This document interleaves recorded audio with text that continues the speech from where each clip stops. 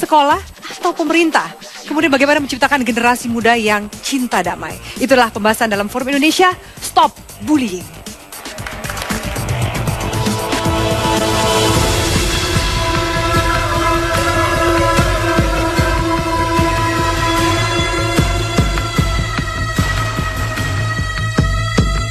Dunia pendidikan di Indonesia kembali tercoreng setelah sebuah video yang menayangkan sejumlah murid sekolah dasar di Bukit Tinggi, Sumatera Barat melakukan aksi bullying terhadap seorang temannya beredar di dunia maya.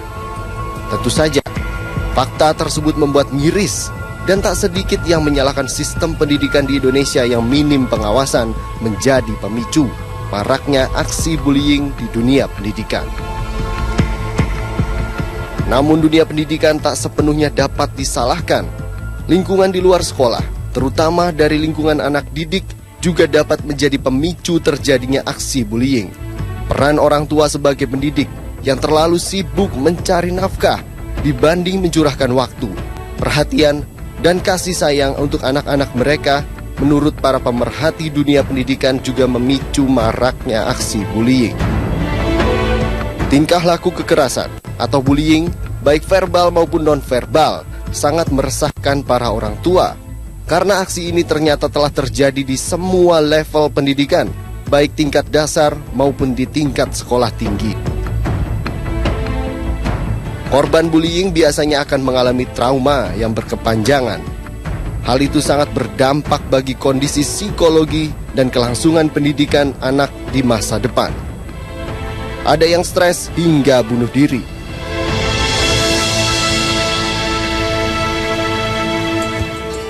Lalu seperti apa bangsa ini bisa mencegah aksi bullying di dunia pendidikan? Siapa saja yang berperanan penting agar tingkah laku kekerasan ini tidak semakin marak? Dan pendidikan seperti apa yang dapat diajarkan sejak dini agar tercipta generasi yang secara sadar melakukan gerakan stop bullying? Bullying, itulah topik pada malam hari ini pemirsa. Langsung saya perkenalkan para narasumber yang sudah hadir untuk membahas topik ini. Dimulai dari seorang kriminolog, Mbak Anggi Aulina. Selamat malam, Mbak Anggi. Selamat malam, Mbak Afi. Iya, dan kemudian Ketua KPAI, Pak Aris Merdeka Strait. Selamat malam. Dan ada Mas Kresna Aditya dari Bincang Edukasi. Selamat malam, Mas Kresna. Ada Ibu Siska Yudhistira dari Yayasan Batu Tis atau Baca Tulis Gratis. Selamat malam, Mbak Siska. Dan dari Yayasan Sejiwa ada Ibu Retno Sulistyo Wahyuni. Selamat malam, Ibu Retno. Selamat malam. Baik. Malam ini kita membahas sesuatu yang seakan-akan menjadi fenomena gunung es. Ini pasti Pak Aris, Anda mengatakan fenomena gunung es karena terjadi di masyarakat, terjadi di mungkin anak-anak kita, baik pelaku atau bahkan korban, tapi sedikit yang melaporkan. Kita punya grafis, Pak. Ini kasus pengaduan anak di sektor pendidikan itu sampai 369 kasus bullying.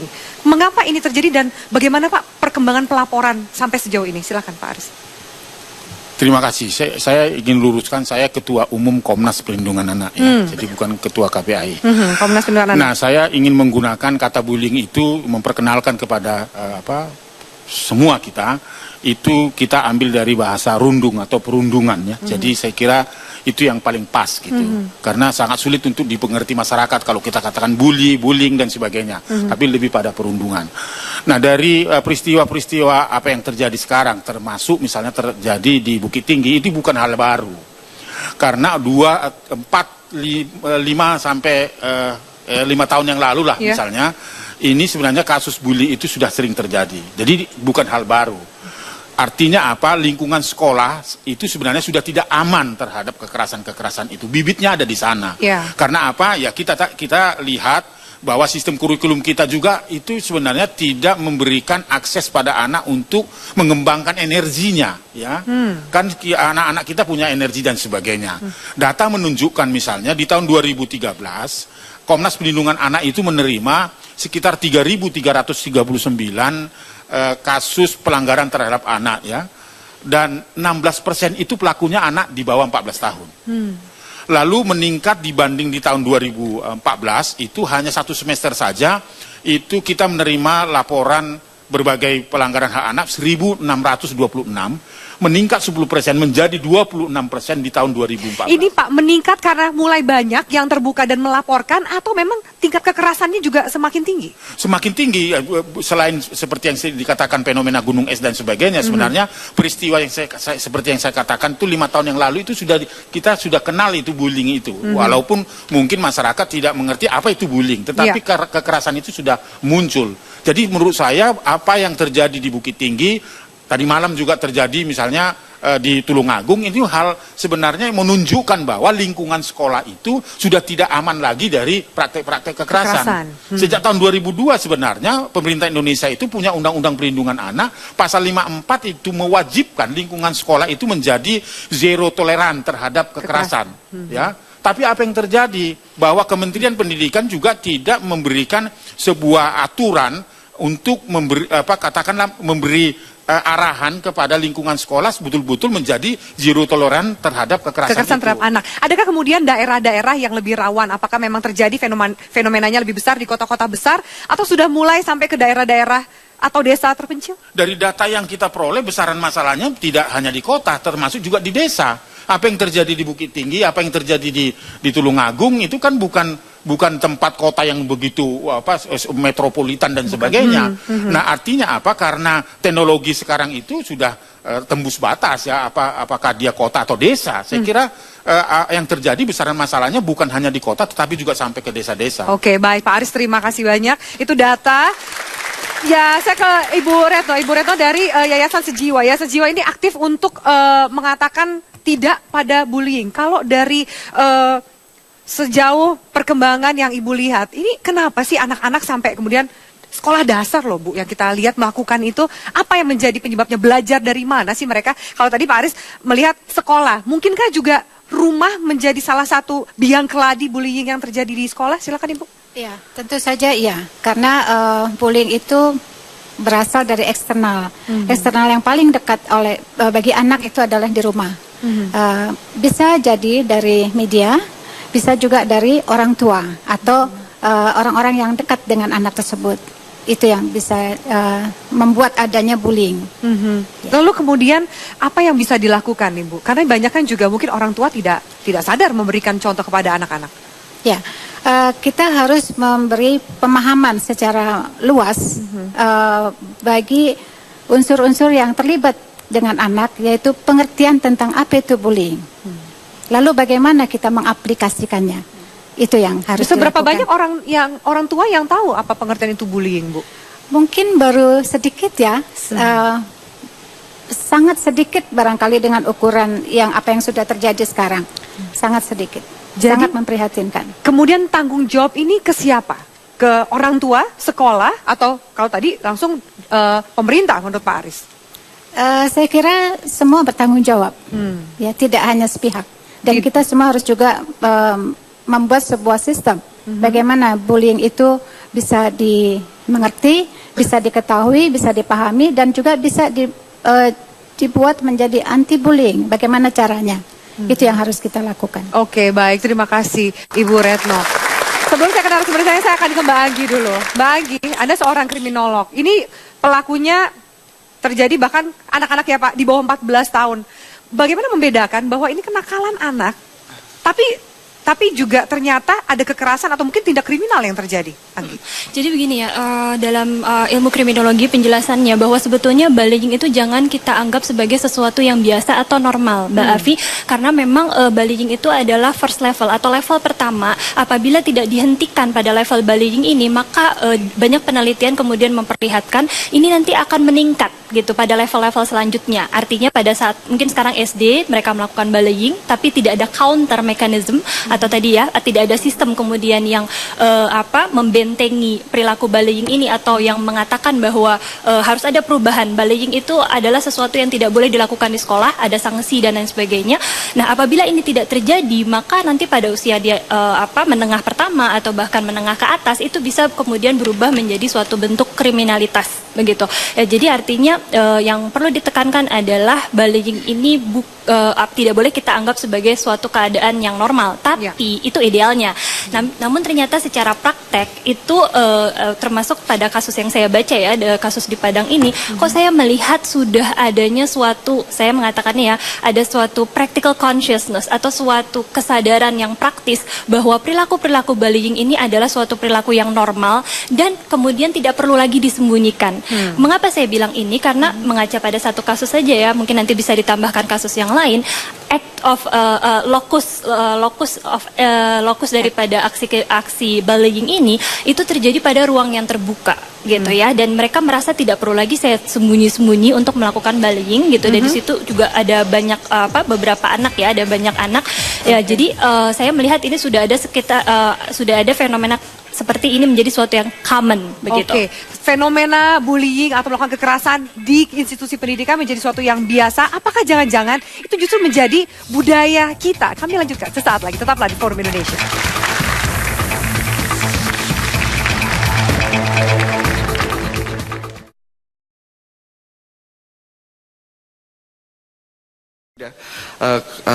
Terkena beban akademis dan administratif yang banyak, kayak gitu. Jadi artinya guru pun sebenarnya juga korban, gitu. Nah, kemudian ada lingkungan sekolah, misalnya lingkungan sekolah mungkin nanti Bu Retno dan Bu Siska bisa lebih jelaskan lingkungan sekolah yang gimana sih yang aman untuk bullying. Misalnya ada lingkungan-lingkungan yang tidak ada area-area sekolah yang tidak pernah terawasi oleh staffnya di dalam ruangan terus kayak gitu contohnya ya. Kemudian ada lagi apatisme orang tua juga ada. Jadi orang tua itu merasa sudah menyerahkan pendidikan anak ke sekolah ya sudah gitu. Tidak lagi terlibat gitu, tidak lagi mau terlibat dalam urusan-urusan apakah perkembangan anaknya di sekolah itu seperti apa, tidak ada hubungan antara orang tua sama guru. Kemudian masyarakat pun juga demikian, masyarakat menjadi apatis ketika mereka hanya melihat itu kan bukan anakku gitu, aku mendingan ngurusin anakku aja sendiri gitu. Nah ini jadi masalah juga. Kemudian yang terakhir peran media juga ada. Jadi media itu sebenarnya sekarang sudah jadi pilar keempat pendidikan sesudah sekolah, masyarakat dan orang tua kayak gitu. Nah tapi media belum sepenuhnya menyadari peran ini, malah sering memberikan glorifikasi pada contoh-contoh bullying dari para penguasa gitu kan, orang-orang yang berpengaruh kayak itu gitu. Berpengaruh kepada anak-anak meskipun secara mereka tidak langsung, paham ya. gitu. Itu memungkinkan hal itu terjadi gitu. Jadi media itu adalah itu tadi pilar keempat pendidikan gitu. Anak-anaknya itu sampai umur 18 loh Mbak. Jadi jangan dilihat anak itu cuma SD sampai gitu kemudian ya. SD gitu ya, SMP, sampai SMA itu mereka sudah bisa melihat glorifikasi terhadap perilaku kekerasan yang ditampilkan di media kayak gitu. Oke, baik. Terima kasih Mas Kresna. Ya. Kalau dari Mbak Siska ini punya yayasan Batutis tulis gratis. Kalau kita sempat membaca ini Batutis apa sih, sampai kemudian ada anak yang bisa mengkritisi perilaku orang tuanya, jangan seperti itu karena diajarkan yang baik adalah seperti ini. Seperti itu yang terjadi, Mas Siska? Jadi kami sekolah untuk anak duafa ya, jadi memang banyak dari komunitas yang sangat miskin ya, dan mereka membawa pola asuh dari rumah yang sudah penuh kekerasan kan. Dan ketika kami mengambil satu kurikulum, kami harus memutuskan kurikulum yang tepat untuk mereka. Memang benar, satu sistem yang tadi Ibu Retno juga bilang, sistem yang baik. Jadi kurikulum yang baik untuk mereka. Jadi kalau mereka saja di rumah sudah dapat kekerasan, kalau kami berikan pendidikan dengan sistem konvensional, menyedihkan sekali ya, yang harus dengan PR, beban-beban kurikulum yang sangat berat, buat mereka bisa kebayang anak ini mau jadi apa. Jadi ketika saya memutuskan untuk mengambil alih satu kurikulum yang baik untuk mereka adalah membangun pendidikan karakter mereka lebih dahulu. Gitu. Seperti apa itu membangun pendidikan karakter terlebih dahulu dibandingkan ilmu eksak, matematika mungkin seperti itu? Iya, itu? jadi anak-anak kami kan berawal dari kekerasan di rumah. Cara mendidik orang tua itu bukan dengan bahasa lagi, tetapi dengan fisik langsung gitu kan. Jadi tidak sedikit anak yang datang ke sekolah kami itu datang dengan penuh tangisan, penuh dengan trauma, ya traumatik yang sangat berat buat mereka gitu. Setiap anak mempunyai, kalau ditanya berapa lama Bu Siska untuk menyembuhkan anak ini, saya nggak bisa menjawab berapa lama, tetapi itu tergantung dari kolaborasi kami membangun anak dan orang tua di rumah gitu. Jadi ketika kami menerima anak datang ke sekolah, kami sebagai pendidik di Batutis itu langsung berpikir bahwa kami harus mengurus orang tuanya. Yang diurus malah orang tuanya, karena orang tua itu memberikan contoh kepada anak-anak. Mbak Siska, terakhir pertanyaan sebelum kita beralih ke narasumber lain. Apakah Anda mengatakan tadi sekolah yang Anda terima anak-anak duafa seperti itu? Adakah keterkaitan? Kadang Pak, permasalahan ekonomi ini menjadi alasan ekonomi yang mungkin kurang mampu di alasan anaknya melakukan kekerasan. Apakah Anda melihat seperti itu, Mbak Siska, dari pengalaman Anda? Iya, kekerasan sangat ya. Jadi memang gini, sekolah kami karena orang tua tidak punya pendidikan yang cukup, gitu. Mereka tidak tahu cara berkomunikasi dengan anak dengan yang baik, gitu.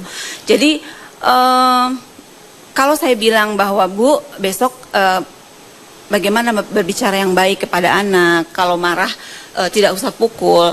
Satu kali dia datang lagi kepada kami dan mereka bilang, Bu saya sudah tidak pukul anak saya. Oh alhamdulillah kalau begitu, tapi saya krem di kamar mandi.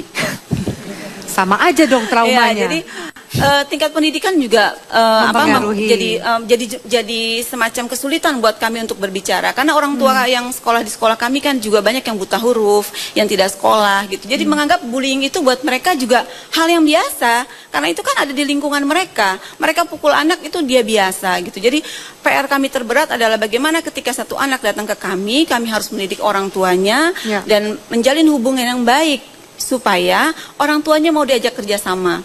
Dan anak-anak yang datang di lingkungan kami adalah anak-anak yang kesenggol sedikit itu bisa langsung terekam.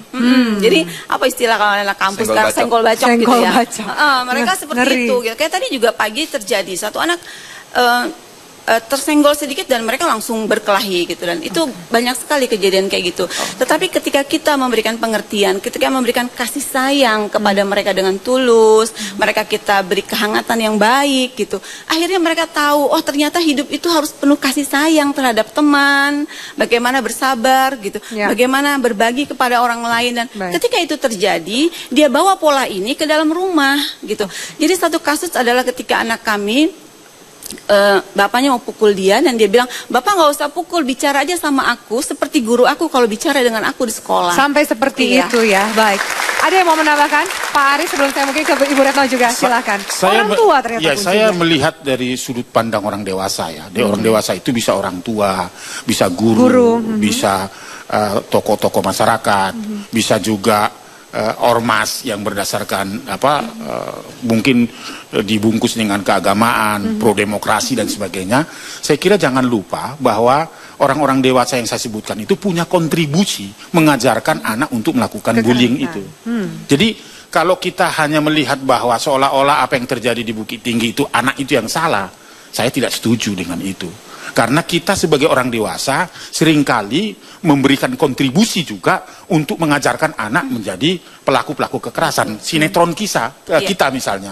Kalau tidak ada yang berkelahi atau bercinta, itu tidak sinetron yang perlu ditonton. Nggak seru gitu ya? Nggak seru dan sebagainya.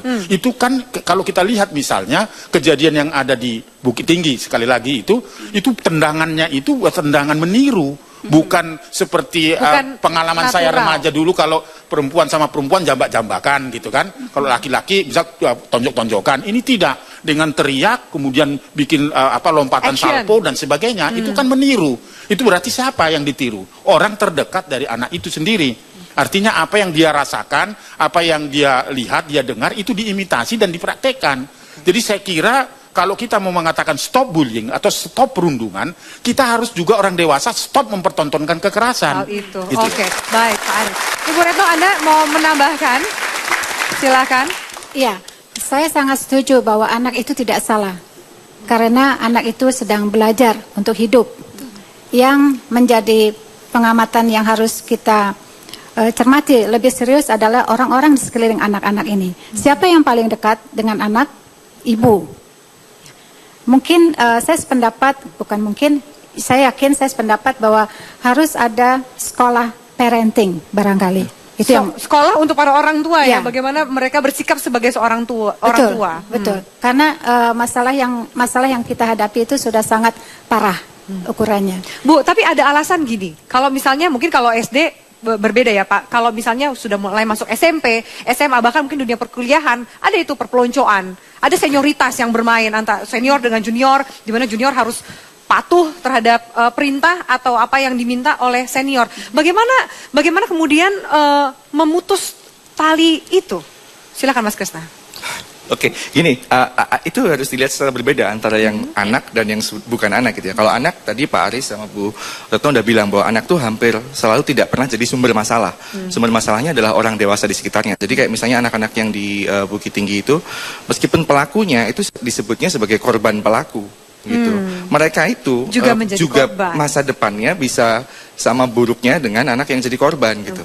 Ada efek-efek negatif jangka panjang bagi anak pelaku bullying yang itu harus direhabilitasi. Jadi kalau dibiarkan itu apalagi kalau kita menganggap wah ini anak misalnya calon bajingan gitu ya. Nah, terus kemudian kita berikan dia hukuman yang memutus dia dari masa depannya, dikeluarkan dari sekolah dan lain-lain. Kita tidak memandang dia sebagai korban pelaku yang bisa direhabilitasi, maka pada saat itulah sebenarnya kita sedang mengesahkan dia menjadi bajingan. Kayak gitu.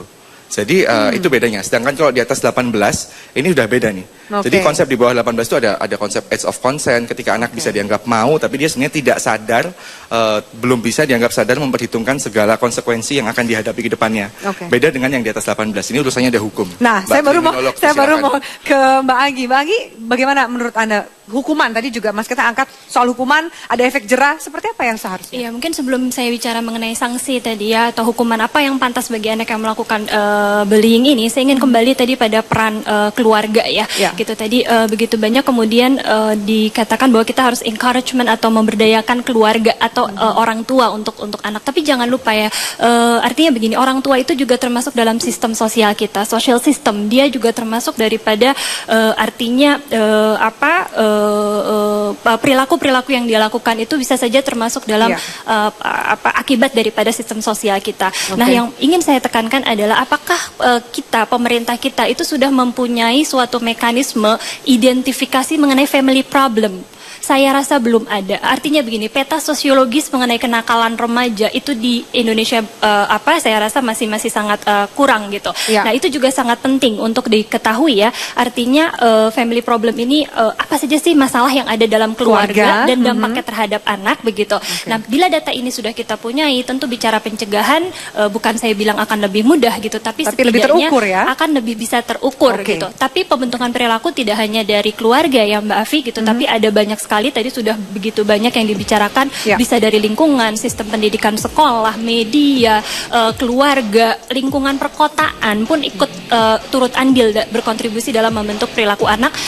Tapi saya sepakat bahwa anak bukanlah anak tidak bisa disalahkan karena perilaku anak itu biasanya masih spontan dan mereka memang mempunyai imitating behavior yang sangat melekat pada karakter mereka. Sampai kemudian segmen ini banyak sekali solusi yang sebenarnya bisa dilakukan mulai dari sekolah untuk para orang tua, pemetaan permasalahan dalam keluarga. Tapi ternyata bullying tidak hanya terjadi di sekolah, bahkan sampai terjadi di media sosial dan berakibat banyak sekali. Yang terparah adalah sampai seorang memutuskan untuk bunuh diri karena bullying begitu membuat dia menjadi putus asa. Kami akan bahas sesaat lagi. Tetaplah bersama kami.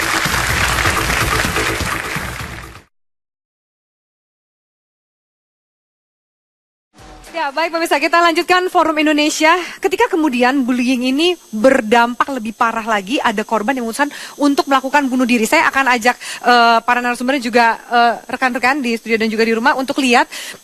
Ini berawal dari sebuah tweet. Di Twitter juga sering kita ada istilah bully gitu di Twitter. Nah, rupanya ini yang terjadi kepada Yoga ketika memang dibully di sosial media karena gagal mengadakan sebuah acara musik. Apa memang ini terjadi bukan anak-anak? Ini terjadi pada orang dewasa. Ini adalah Twitter dari Yoga. Seperti itu. Ada status terakhirnya bahwa ini adalah gerakan menuju Tuhan. Dan ternyata setelah itu dia memutuskan untuk melakukan bunuh diri. Melemparkan dirinya ke kereta yang sedang melintas. Apakah memang bully ini menjadi budaya kita atau seperti apa? Ada yang mau berkomentar? Silakan Pak Aris. Iya, saya kira kalau kita lihat ya, ini kan termasuk namanya cyberbullying ya, ya dengan teknologi media sosial dan sebagainya. Bahkan beberapa di Indonesia juga pernah ditemukan anak mencoba bunuh diri karena dibully lewat Facebook dan Twitter.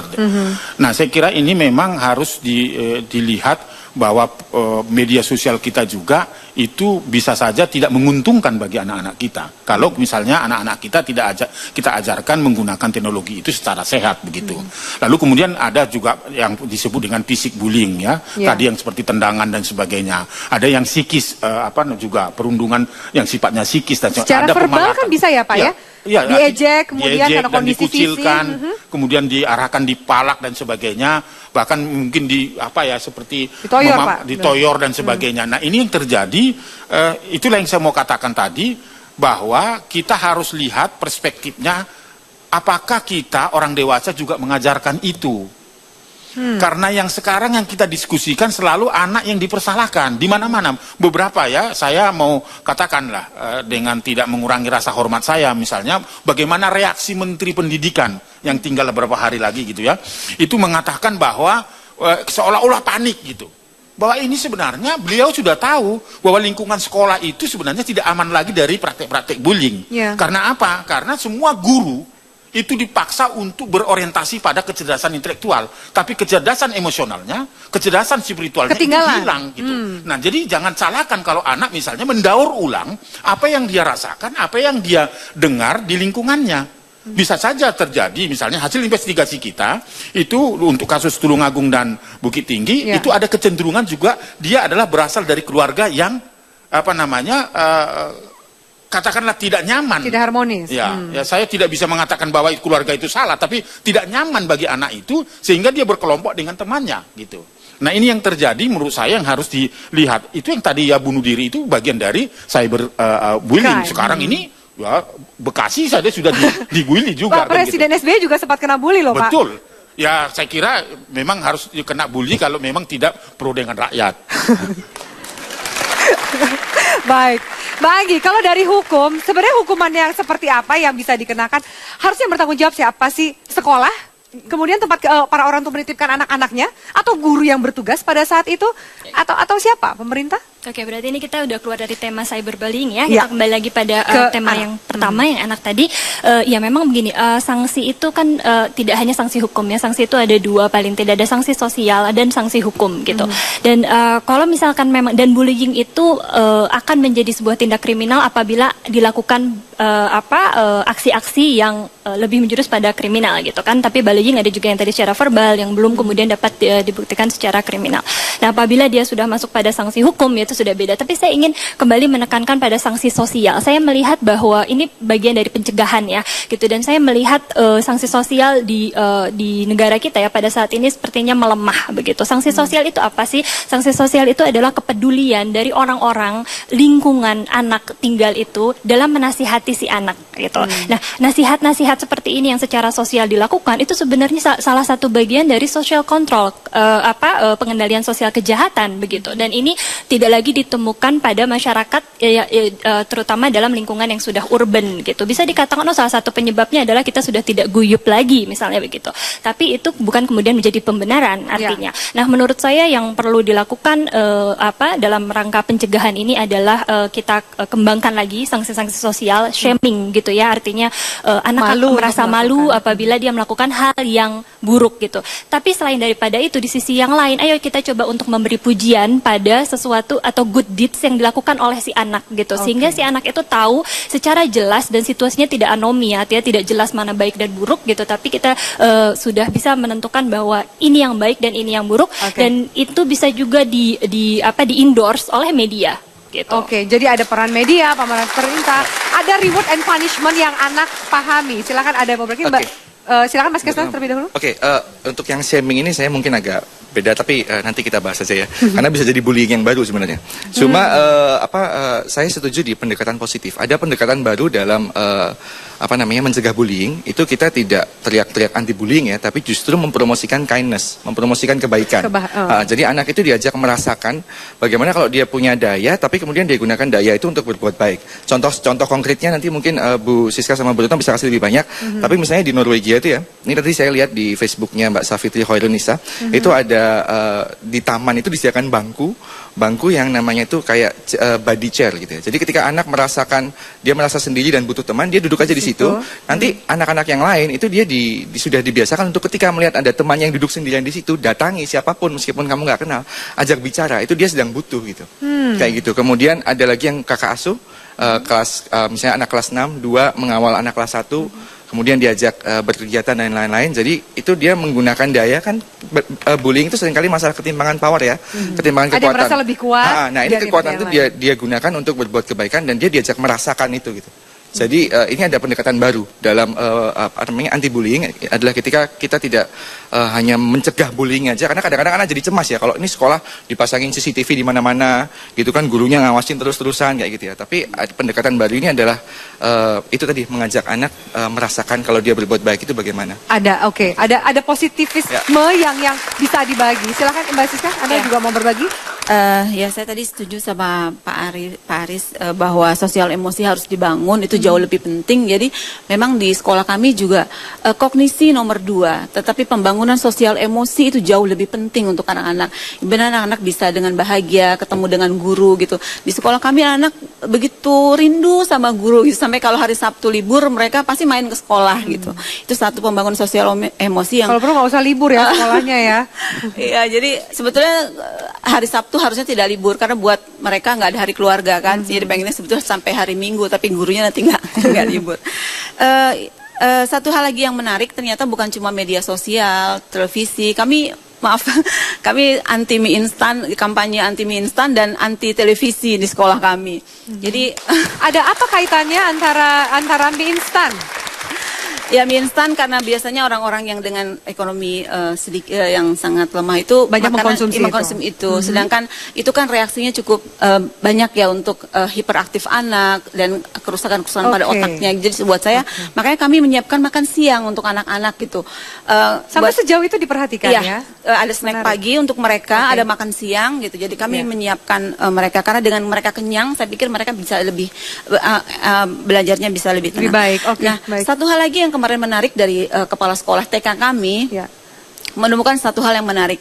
Jadi setiap hari Sabtu anak-anak sekolah di TK sekolah ya mereka menggunakan baju bebas. Jadi baju bebas yang dia pakai. Terus guru-guru membuat hasil observasi kenapa beberapa bulan ini anak-anak kok bergeraknya terlalu aktif. Jadi mereka melakukan hal-hal kepada temannya dengan memukul ya. Seperti di film-film itu. Dan kami guru-guru melakukan penelitian itu. Ternyata setelah diteliti, setiap hari Sabtu anak-anak menggunakan kaos dengan karakter. Setelah melihat temannya menggunakan karakter, dia kembali mungkin masih ada yang mencuri-curi nonton TV seperti itu. Mereka ingat robot-robot itu menyerang temannya seperti apa, terus bagaimana perilaku-perilaku meniru, itu meniru akhirnya seperti itu. Sampai sejauh itu ya Mbak Siska ya. Jadi, baik. Jadi akhirnya kami hari Sabtu tidak membolehkan anak-anak menggunakan kaos dengan karakter. Dengan karakter. Baik, Bu Retno silahkan dari Anda, Ibu Retno. Ya, saya menambahkan bahwa untuk mengurangi bullying, kita bisa berawal dari rumah. Yaitu kita sebagai orang tua harus menjadi panutan. Itu sangat penting. Lalu bagaimana cara kita menjadi panutan? Tentu kita harus bisa menjadi orang yang bisa menjaga integritas. Satu, kemudian asertif. Kemudian kita juga mengajarkan tanggung jawab dalam bentuk hal-hal yang kecil sesuai ukuran umur anak. Bisa dimulai dengan kata terima kasih. Bisa dimulai dengan kata maaf apabila kita melakukan kekeliruan. Kita juga bisa mengatakan kata tolong apabila kita minta sesuatu. 3 kata mungkin yang sering dilupakan oleh orang tua ya. 3 kata Retno. Ini adalah 3 kata ajaib sebenarnya. Baik, kemudian nanti apa tanggapan 3 kata ajaib? Apa tanggapan dari para narasumber untuk benar-benar stop bullying? Bukan hanya kampanye, bukan hanya slogan, tapi memang mengatasnamakan demi generasi muda dan juga anak-anak kita. Kami lanjutkan sesaat lagi, tetaplah di Forum Indonesia.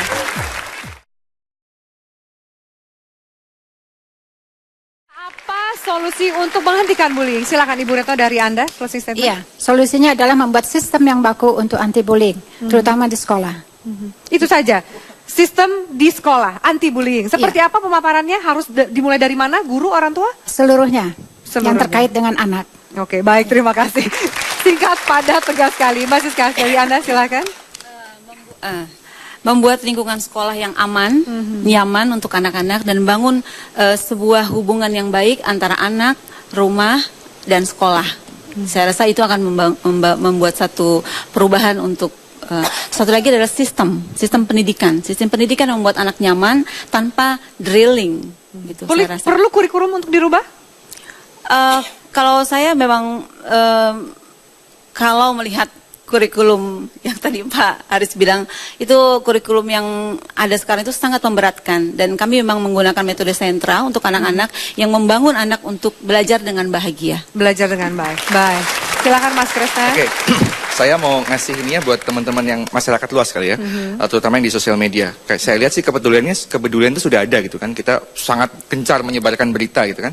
Nah ini kita tingkatkan lagi. Kalau kita dapat berita negatif gini, coba kita sambung dengan menyebarkan berita positifnya. Jadi habiskan waktulah 3-5 menit buat cari praktek-praktek baik. Misalnya kalau kayak gini berarti kan kita cari sekolah-sekolah yang sudah menerapkan program anti-bullying yang baik atau program yang mempromosikan kindness. Itu kita sebarkan juga beritanya dengan ini gitu. Syukur-syukur kalau mau sesudahnya kita print gitu ya, kita bawa ke sekolah terdekat, kita tanya, ini kalian sudah punya belum program anti bullying atau program yang promote kindness? Ini ada contoh yang bagus di sekolah. Mungkin awareness orang tua juga harus seperti itu ya. Gitu. Karena ini kita perlu sama-sama melakukan, jangan cuma nyebar berita negatifnya aja, tapi sebarkan juga alternatif solusinya. Kenapa? Karena pendidikan itu sebenarnya adalah urusan kita semua gitu. Bukan hanya tanggung jawab sekolah saja. Baik, terima kasih Mas Kresna. Mas Aris, dari Anda Mas Aris. Iya, terima kasih. Kalau kita bercita-cita mulai hari ini atau mulai malam ini kita bersama-sama menganggap atau mengangkat bullying itu sebagai common issue, stop bullying mulai malam ini, saya kira yang pertama harus kita refleksikan orang dewasa atau katakanlah berhenti untuk mempertontonkan kekerasan, baik itu di rumah, di lingkungan sosial anak maupun di sekolah. Yang kedua, saya kira saya mendukung revolusi mental ya. Karena apa? Karena revolusi ini adalah untuk mentransformasi nilai-nilai kebaikan, baik itu dalam sistem pendidikan kita, sistem pendidikan di rumah maupun di lingkungan sosial.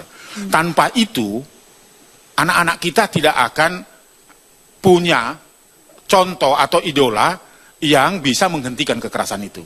Kita bisa lihat ya, hanya untuk ngerebut ketua DPR aja harus gontok-gontokan, dan itu lupa bahwa itu ditonton oleh anak-anak semua, ya, jutaan anak-anak kita. Itu artinya adalah bahwa kita sebenarnya kalau mau stop bullying, berhentilah memberikan kontribusi praktek-praktek kekerasan kepada anak kita. Oke, baik.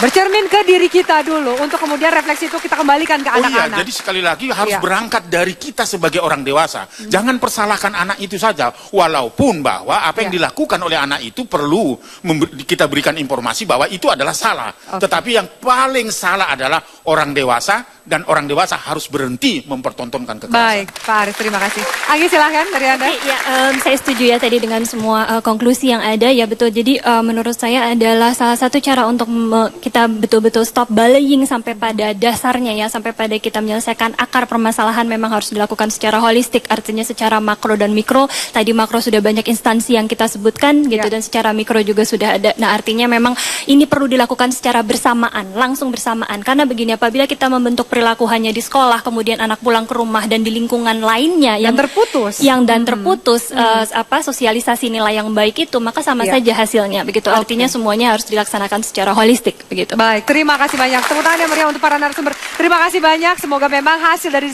diskusi malam hari ini bisa bermanfaat. Pemirsa, bullying bukan kenakalan atau bahkan bahan untuk bercandaan. Ia adalah bibit dari kekerasan, premanisme, dan juga kejahatan. Hukuman tanpa disertai dengan penanaman nilai akan toleransi dan juga penghargaan atas sesama hanya akan menjadi bom waktu yang kita tanamkan dalam jiwa anak-anak kita. Masa depan mereka dibentuk oleh tangan dan hati kita. Demi generasi muda Indonesia yang bebas bullying. Saya Afir Malik undur diri. Selamat malam. Salam for Indonesia.